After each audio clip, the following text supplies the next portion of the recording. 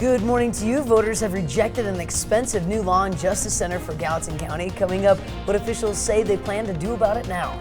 And a history of teen escapes from Shodell Children's Hospital in Helena leading to a closed investigation. What steps the facility is taking after one young escapee was killed while running across the interstate. Good morning to you. Welcome to your Thursday, 6:29. Chet Lehman, Missy O'Malley, and Matt Elwell with you here. Good morning. Good morning. I could barely see you through the fog. No, it's so bright in here. I don't know what to do after being outside. I wasn't sure I was even going the right direction. Fog this morning. Yeah, it's pretty nasty. I talked about it earlier. It's like pea soup for several areas. We do have a dense fog advisory out through 9 a.m. That isn't a shock. But you look at this, it's for Gallatin County, Broadwater County, and areas off to our north. But don't be shocked to see some patchy fog in some of those low-lying areas outside of that gray shaded area as we start the day. This is mainly a morning fog event. We need to warm the temperatures up a few degrees. Look at these temperatures this morning. They're 13 in Butte, 22 in Belgrade, 3 degrees in West Yellowstone. Thick coats for the kids as they head off to school this morning. The afternoon does warm up into the mid-40s. You can see that fog bank just working its way back through here. So take it easy, and there may be some freezing fog associated with that. What that means is we may actually have some black ice on a few area roadways, so keep that in the back of your head as you're driving. We're going to talk about what causes all this. We're also going to take a look at your forecast in just a few minutes. Thank you for that, Matt. Our top story for you now. Gallatin County's plan for a new law and justice center went down in defeat on Election Day. Yeah, so now the question becomes, what's next? MTN's Cody Boyer takes a look. According to last night's preliminary numbers, at least with a margin of about 55% to about 45% of voters, that vote that would have upgraded and replaced the Law and Justice Center here failed. For those working here, they fear at the cost of security. This is a problem that's not going to go away. For county commissioners like Don Seifert, it's back to the drawing board again. It's obvious that the voters did not approve this project nor the ones before, and we have to figure out what it is, what project it is that the voters will approve. And for now, Seifert says there is no plan B. State law is very clear that for this type of project, even for a remodel, we would have to go to the voters to approve the dollars for that. But Seifert adds that's the catch, winning voters over. As a voter, why should a voter care about, especially more about when we're looking at numbers like this?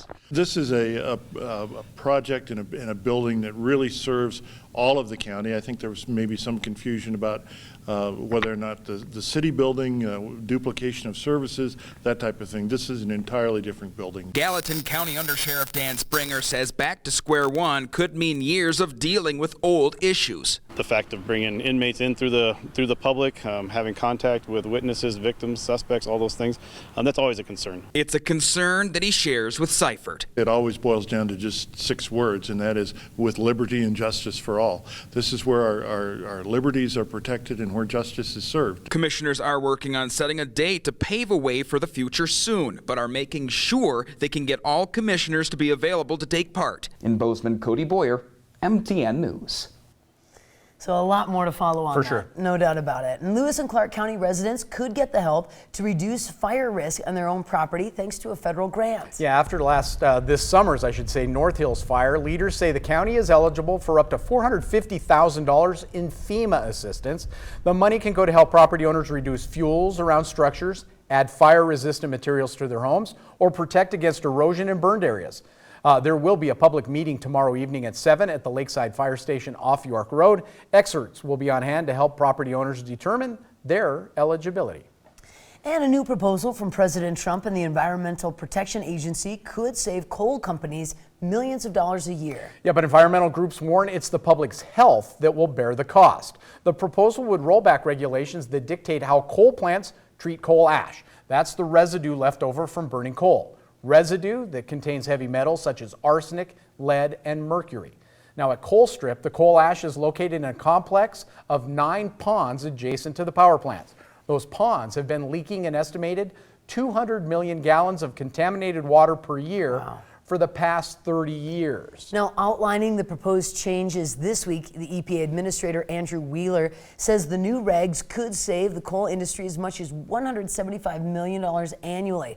And the rules, he said, will also give companies more flexibility to utilize new technology that can remove more of those harmful materials.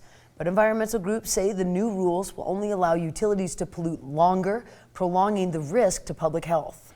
Shifting gears now at 6:34, a new report by state health officials shows multiple escapes by children being treated at Helena's Chaudere Hospital during the previous year. And it was compiled after a 15-year-old girl escaped the hospital in July and then ran on to nearby Interstate 15, where she was struck and killed by a vehicle. MTN's Mike Dennison takes a look at what the hospital is doing to solve the problem. Chaudere is a 74-bed private nonprofit hospital that provides residential psychiatric care for children. Last year, it treated 1,800 kids from ages 3 to 18. Yet the hospital was shaken to its core this July when 15-year-old Kaylin Neal of Missoula broke out of the facility, ran onto nearby Interstate 15, and was hit by a vehicle and killed in full view of some hospital staffers. I think with the families, it's been very traumatic, especially with the parents of the daughter. It's affected a lot of employees. There were several employees who watched the entire incident from start to finish, and we have lost some employees over this just because of the trauma of it. Within days, reviewers from the State Health Department's Quality Assurance Division interviewed hospital staff and then filed a 46-page report and follow-up.